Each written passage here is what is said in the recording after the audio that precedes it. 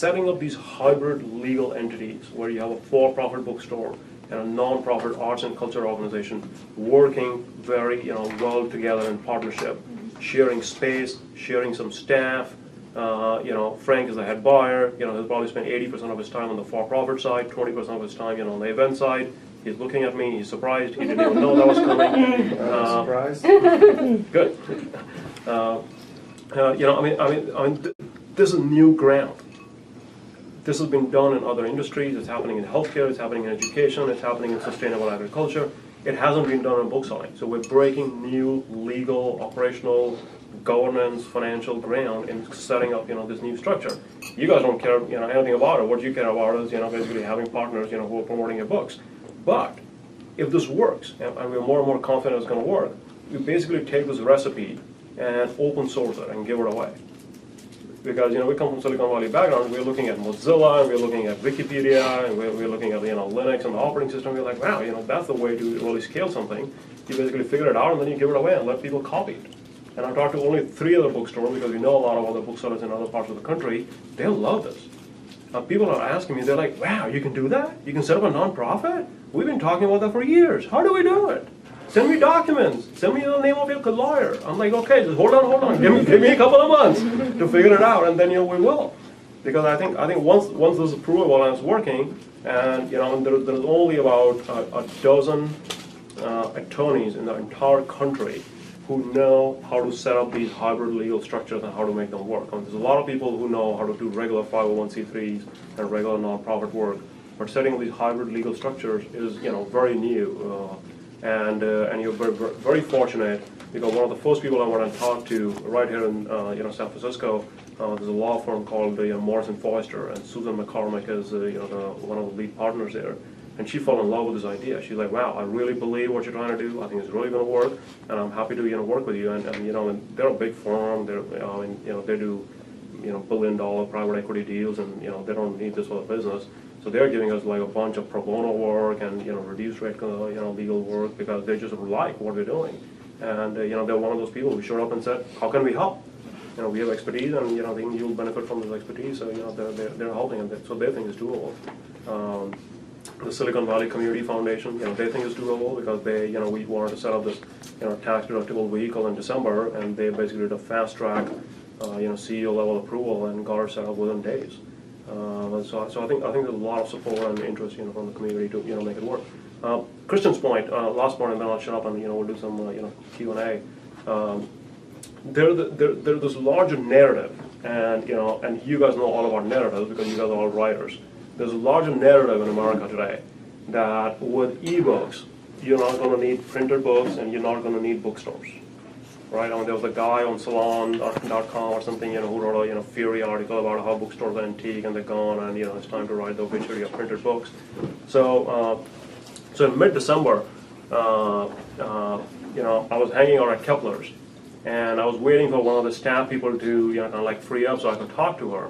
And I see this guy. He's got a basket, and he's packing it full of books, and he's walking around the store, and he's wearing a sweatshirt, and it says Google Ventures on his sweatshirt. It's got the logo. So I'm like in fundraising mode. I'm thinking, oh, Google Ventures, gotta talk to this guy. So I go strike up a conversation with this guy, and I start talking to him. And 10 minutes into the conversation, I realize I'm talking to David Drummond, who is on the executive team of Google. He's the head of legal, he's the head of corporate development, and he's actually run and managed Google's eBooks program for 2 years. He's been there at Google for 10 years. If you go to Google's website and look up the executive team, you'll find this guy, African American, about my age, mid-40s, lives in Los Gatos. So, as I realized who I'm talking to, I turn to him and I say, David, why are you here? I'm like, shouldn't you be reading ebooks on your Kindle or your iPad? Like, what are you doing in the basket and you're packing it full of books? It's like something doesn't make sense here. And he turns to me and he says, Praveen, pixels don't do it for me when it comes to books. I still need real books. And then we start talking because I'm not ready to tell him I'm getting involved with Kepler. So, I kind of start telling him about the Booksmith and how I own a bookstore. And his eyes light up. And he's like, oh, you own a bookstore? Wow. He's like, my parents used to own a bookstore in Monterey. I worked in the bookstore when I was a kid. And he starts telling me these stories about how he sells books and he helps customers. So I mean that's the kind of story which just breaks this narrative and challenges the narrative that people, especially young people, they don't need books and they don't need bookstores. So I think people want both. I think people want Amazon and they want independent bookstores. I think people want ebooks and they want printed books. And it's our job to provide them the services and the products and the experiences that that they value. And I think that when I look back the last 5 years, the single thing that has worked for Christian and me and and the rest of our team is our ability to change the tone and the voice. And you guys know all about the tone and the voice through which a business communicates with its community, and kind of get away from this negative, please take pity on me tone. Because with bookstores they're kind of like surrounded with this. People approach somebody and they find out it's an independent bookstore owner or manager or somebody who works in a bookstore, and their shoulders drop and they're like, oh. Are you doing okay? Because they know we're hurting. They know every bookstore has got to be hurting. And they've seen Cleanwell Lighter Place go out for books, and they've seen Cody's go out of books. They've seen Printer Sing go out of go out of business. So they know.